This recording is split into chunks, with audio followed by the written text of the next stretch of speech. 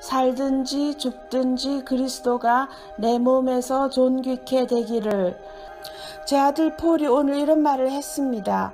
자기가 읽고 있던 잔 규용 부인의 책이 최근 미국에서 재출판되었다고 합니다. 한 프랑스 성경교사가 제 아들에게 이렇게 말했다고 합니다.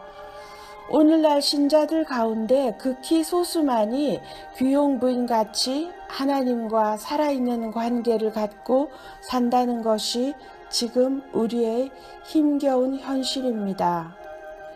우리는 발목까지만 담근 채 살아갑니다. 사랑의 임재 가운데 수용을 하지 못합니다. 저 레이븐힐은 여러분의 설교 따위는 듣고 싶지 않고 하나님이 여러분께 직접 역사하시는 것을 보고 싶습니다.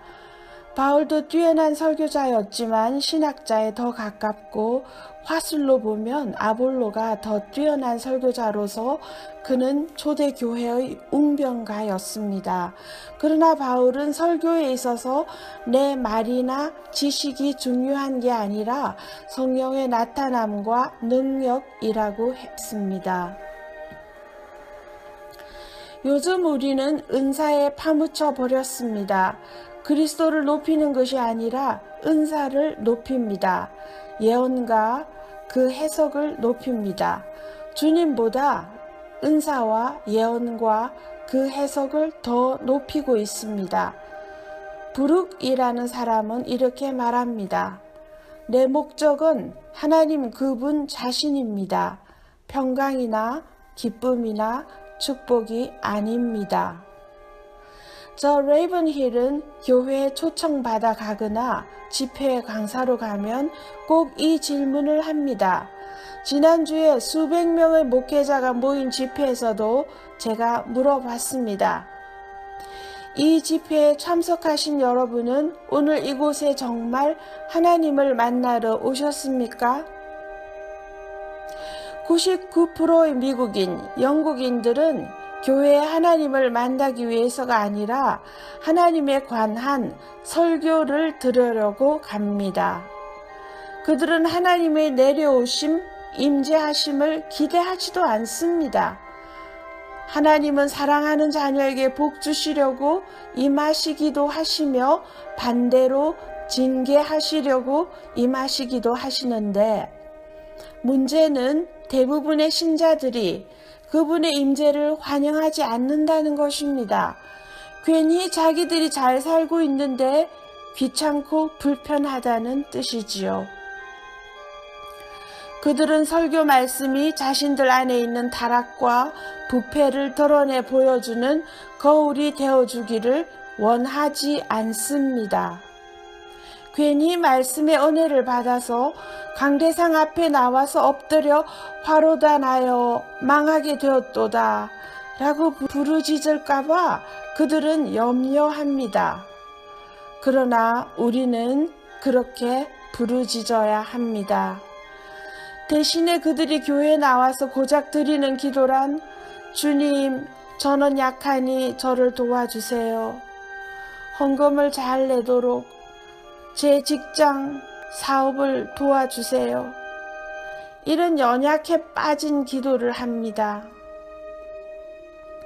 개인적 부흥을 가져오는 두 가지 간절한 기도 제목은 자신이 죄로 망하게 되었다는 것과 자신이 불결하다는 각성에서 오는 간절한 기도입니다. 그런 각성이 있어야 자기의 신앙생활이 심각해지며 영적 수술을 받기 시작합니다.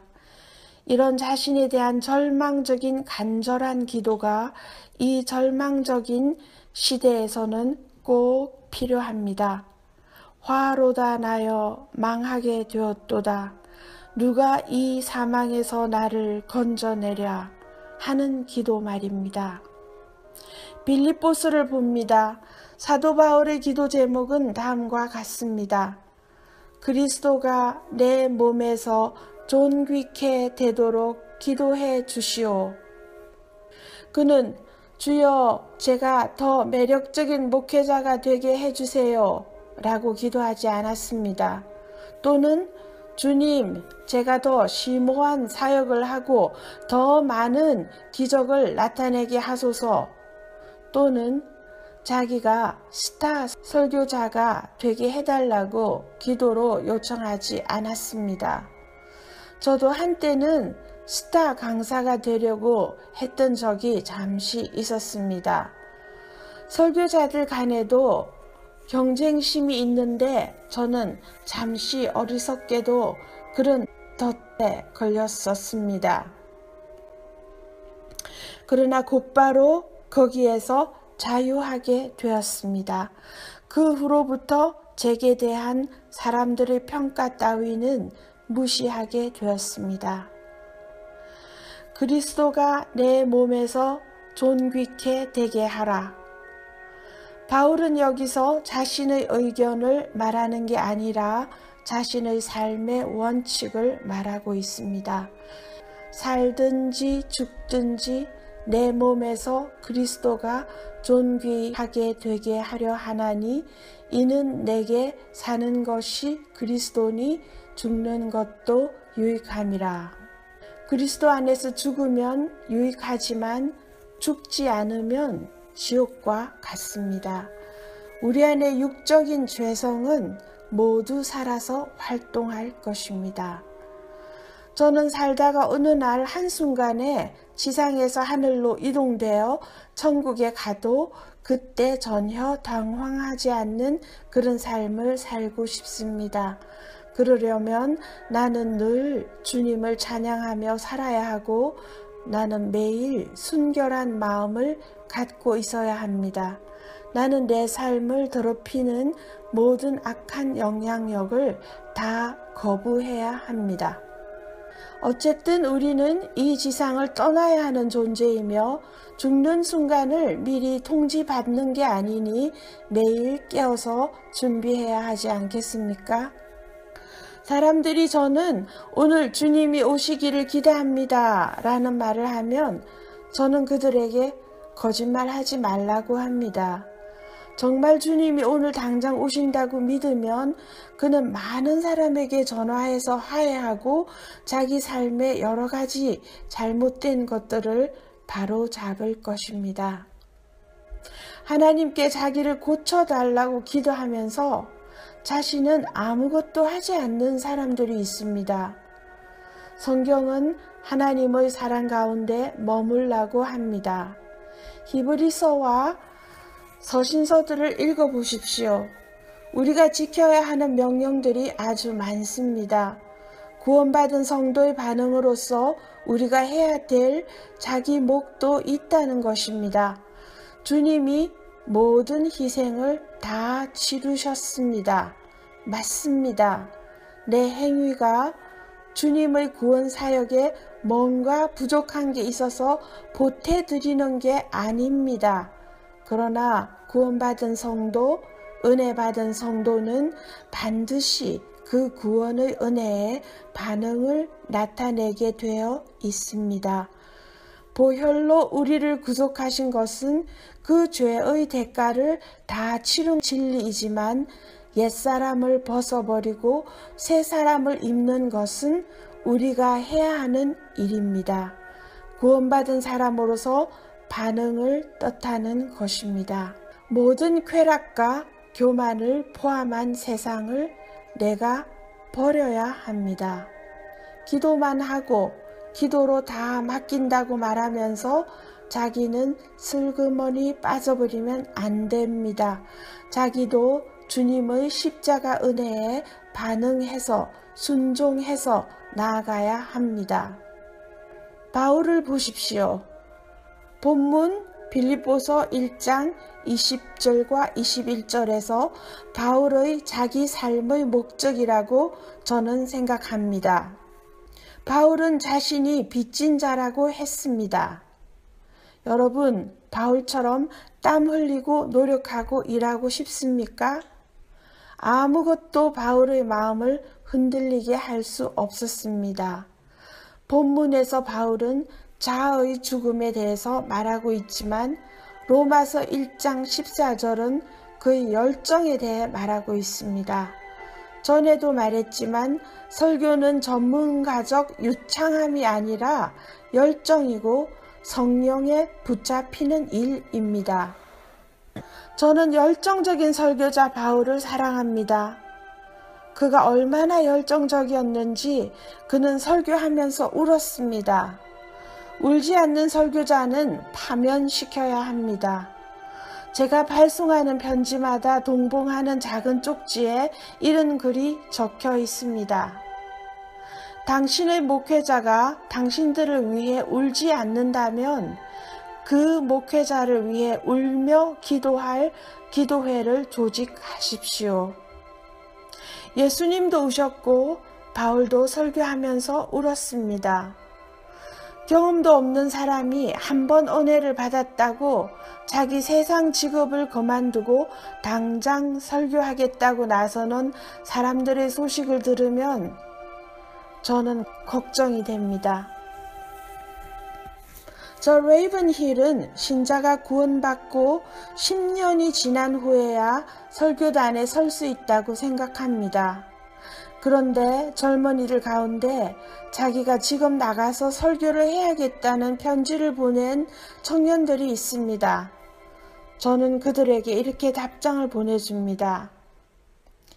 예수님도 30년 동안 목수 일을 하시며 기다렸습니다. 하나님의 아들이 30년의 훈련을 받았고 세례 요한은 30년 동안 광야에 있었습니다. 사도행전 7장을 읽어보세요. 모세는 부름을 받기 전에 이미 말과 행사에 능한 정치인이었습니다. 그는 한 국가의 법을 만들었습니다. 그러나 하나님께서는 그를 광야의 뒤편으로 보냈습니다. 40년을 광야에 있었습니다. 피 속으로 스며든 경험 없이 그저 성경을 읽어준다고 설교가 되는 것이 아닙니다. 아무도 자신이 직접 경험하지 않은 것을 다른 사람에게 하라고 지시해서는 안 됩니다.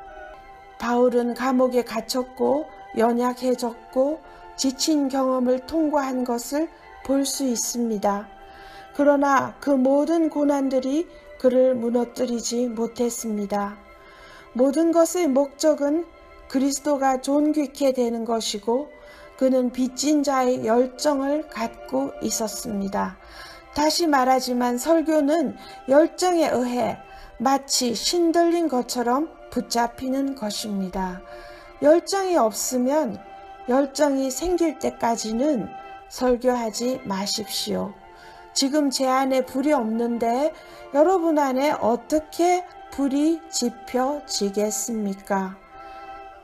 이런 관점에서 보면 대부분의 설교자들이 하는 것은 설교가 아닙니다. 여기 참석한 여러분 중에 장차 설교자가 되고자 하는 분은 손들어 보세요. 여러분이 어떻게 해야 하는지 가르쳐 드리겠습니다. 여러분은 최소한 먹고 최소한 자고 가능한 오래 기도하고 많이 공부하십시오. 지난 금요일은 제가 설교를 한 50년 되는 주간이었습니다. 저는 전 세계에서 설교를 했습니다. 제 안에 거듭나지 않는데 어떻게 여러분을 거듭나게 하겠습니까? 제 배가 아닌 제 가슴에 불이 있어야 합니다. 제가 불타오르지 않는다면 제 설교를 듣고 여러분이 불타오르길 어떻게 기대하겠습니까? 제가 울지 않는다면 여러분이 왜 울겠습니까? 제가 대가를 지불할 각오가 없다면 여러분에게 어떻게 희생을 요구하겠습니까? 저는 절대로 위선자가 되고 싶지 않습니다. 기이한 사람 바울을 봅시다. 그의 목적과 열정은 알게 되었으니 그의 기쁨이 무엇이었는지 봅시다. 나에게 이르기를 내 은혜가 내게 족하도다. 이는 내 능력이 약한 데서 온전하여짐이라 하신지라. 중국의 부흥을 일으킨 놀라운 사람 허더슨 테일러에게 영국의 수천 명의 사람들이 있고 수천 명의 탁월한 성경 교사가 있는데 왜 하나님께서 당신을 사용하셨는가 물으니 그는 웃으며 이렇게 대답했습니다. 하나님께서 오랫동안 자신의 연약함과 부족함을 인정하고 하나님을 전적으로 의지할 사람을 찾다가 찾지 못하고 마침내 나를 찾으시고 사용하신 것입니다. 허더슨 테일러는 중국의 거대한 하나님 나라를 건설했습니다. 이와 같이 바울도 자기 연약함을 자랑한다고 했습니다.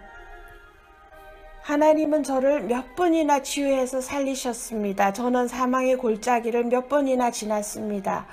의사가 흰 천을 제 머리 위로 덮어주고 몇 분 안에 죽을 거야 라고 하는 말을 제가 듣고 말했습니다. 내가 죽을 거라는 것입니까?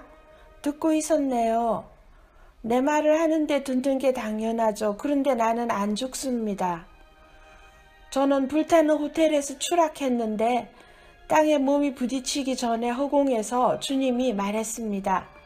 너는 죽지 않고 살 것이다. 새벽 4시에 토저 박사가 얼굴이 하얗게 질려 병원으로 달려왔습니다. 저는 불에 거슬렸고 피범벅이 되어 있었습니다. 토저 박사에게 제가 말했습니다. 주님이 약속하시길 죽지 않고 살 것이며 주님은 완전하셔서 실수하지 않으신다고 하셨네. 미국에서 가장 탁월한 목회자가 하루는 저를 만나러 왔습니다. 이 도시를 지나는 길에 자네를 만나러 왔네. 저는 그 몇 달 전에 그 교회에서 설교한 적이 있었습니다. 레이븐힐 형제님, 당신이 지는 이런 짐을 나는 약해서 질 수가 없기에 주님이 내게는 주지 못하실 겁니다. 여러분이 가장 어렵고 힘든 시기를 지날 때 하나님께서 여러분을 신뢰하고 계시다는 것을 알고 계십니까? 바울은 말합니다. 나의 여러 약한 것들에 대하여 자랑하리니 이는 그리스도의 능력이 내게 머물게 하려 함이라. 그는 기적이 아니라 성령이 내주하심을 더욱 강해지기를 원했습니다. 저는 왜 내가 마셔야 하는가 질문하지 않았고 주님이 주신 잔을 마셨습니다. 저는 바울이 한 번도 왜 해야 하는가 질문하지 않았다고 믿습니다. 다메섹 도상에서 주님을 만났을 때 바울은 왜냐고 묻지 않았고 이 모든 일이 무엇에 관한 것인가, 즉 하나님의 뜻을 물었습니다. 그리스도인이 받는 대가가 무엇입니까? 내가 그리스도를 위하여 약한 것들과 능욕과 궁핍과 박해와 곤고를 기뻐하노니 이는 내가 약한 그때의 강함이라. 역설적이죠. 기독교의 많은 진리가 역설적입니다. 높아지려면 낮아지라고 하셨습니다. 높아지려고 하면 하나님께서 낮추실 것이나 낮아지면 높이신다고 하셨습니다. 무엇인가 되려 하면 아무것도 아닌 자가 되어야 합니다. 당신의 약함을 그분의 강함과 바꾸십시오. 당신의 공허와 그분의 충만을. 내 몸에서 오직 그리스도가 존귀케 되게 함이라. 저는 이 말씀이 참 좋습니다. 바울의 생애를 보면 그는 고난과 고문과 유혹과 시험을 받았고 감옥에 수감되었지만 모든 상황 속에서 완전히 승리했습니다. 로마에 사는 사람들은 굶주려 죽이려 해도 신음하지 않는 이 사람에 대해 들었습니다. 그는 예수 그리스도의 성품으로 모든 환난과 고난과 비극적 사건 속에서도 넉넉히 승리했습니다. 우리는 바울이 기독교의 초대형 스타라고 생각하지만 이것은 정상적인 기독교인의 삶입니다. 마지막으로 저 레이븐힐은 But none of these things move me. 이 모든 것은 나를 요동치게 하지 못한다는 사도행전 20장 24절 말씀이 좋습니다. 이런 것들이 즉 오직 성령이 각 성에서 내게 증거하여 결박과 환난이 나를 기다린다 하시나 하는 것들이 그를 흔들지는 못했습니다. 바울은 그리스도 안에서 모든 것의 중심을 잡고 있습니다. 사람들은 바울에게 오래되지 않아 체포되고 사형에 처할 것이라고 말했습니다. 이때 바울은 전화를 걸어서 자신이 핍박을 받게 되었으니 기도회를 조직해 달라고 하지 않았습니다. 바울 같은 사람 옆에 있으니 제가 참 초라해집니다. 그의 놀라운 지적 능력 때문이 아니라 그가 주님과 가진 관계 때문에 저는 주눅이 듭니다. 그는 그리스도와 함께 십자가에 못 박혔다고 했습니다. 십자가로 가는 사람은 많지만 올라가서 죽는 사람은 적습니다. 바울은 다메섹에서 주님이 자신에게 나타나셨다고 했지만 나중에는 자신 안에 계시하셨다고 하였습니다. 여러분이 방언을 하고 병자를 치유한다고 해도 여러분의 삶이 성경과 일치하지 않는다면 무슨 소용이 있습니까? 이것을 금하고 저것은 허락하고 이런 말들을 교회 안에서 많이 하는데 기독교인의 진정성에 대해 거리의 불황자와 공장 노동자들이 잘 알고 있습니다. 많은 위선과 말들을 많이 들었지만 그들은 진정한 기독교인을 보면 알아봅니다. 그리스도의 사랑이 강권하면 알아봅니다. 그는 모든 일을 할 수 있다고 했습니다. 불만이나 분쟁 없이 모든 일을 할 수 있다는 것입니다. 아무리 불편하고 취미에 어긋나는 일이라도 할 수 있다는 것입니다. 바울은 마귀에게 탓을 돌린 적이 없습니다. 그는 마귀가 자신을 감옥에 넣었다고 하지 않았습니다. 가이사가 자신을 투옥시켰다고도 하지 않았습니다. 그는 자신이 복음으로 인해 사슬에 매인 죄수가 되었다라고 했습니다.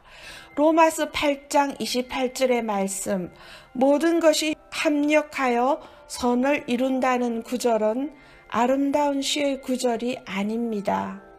나는 악취나는 감옥에 있지만 하나님께서 이것을 통해 영광을 받으실 것이라는 것입니다. 그가 로마 시내를 휘젓고 다닌 것은 아니지만 로마 시민들은 바울에 대해 듣게 되었습니다. 빌립보서 1장에서 가이사 집안의 사람들이 성도 중에 있게 되었습니다. 바울이 어떻게 그들에게 복음을 전했습니까? 바울은 모든 것을 얻기 위해 모든 것을 잃어버렸습니다. 살아도 주를 위해 사니 유익이고 죽어도 유익이라는 것입니다. 어찌 되었든 유익한 것입니다. 동전의 양면 중 어느 쪽도 유익합니다. 이런 삶에서는 어떤 것도 잃어버릴 것이 없는 것입니다. 하나님께서는 우리에게 이 땅에서가 아니라 심판대 후에 상급을 주십니다.